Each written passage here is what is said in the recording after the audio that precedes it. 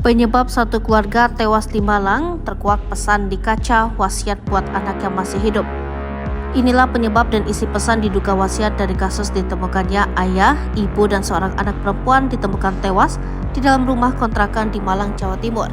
Seperti diketahui sebelumnya, ketiga orang tersebut tewas mengakhiri hidup dengan obat nyamuk dan pisau pada Selasa 12 Desember 2023.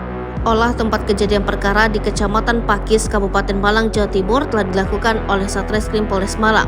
Hal tersebut untuk mengetahui penyebab tewasnya Wahab, Sulika, dan anak perempuannya yang berinisial AKE.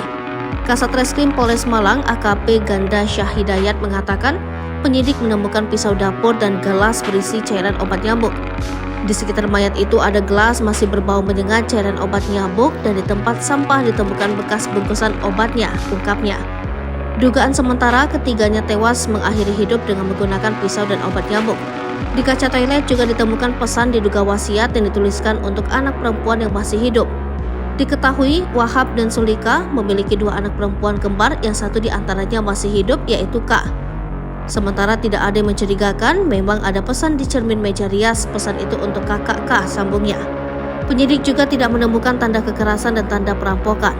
Menurut Ganda, akses masuk ke rumah kontrakan hanya memiliki satu pintu.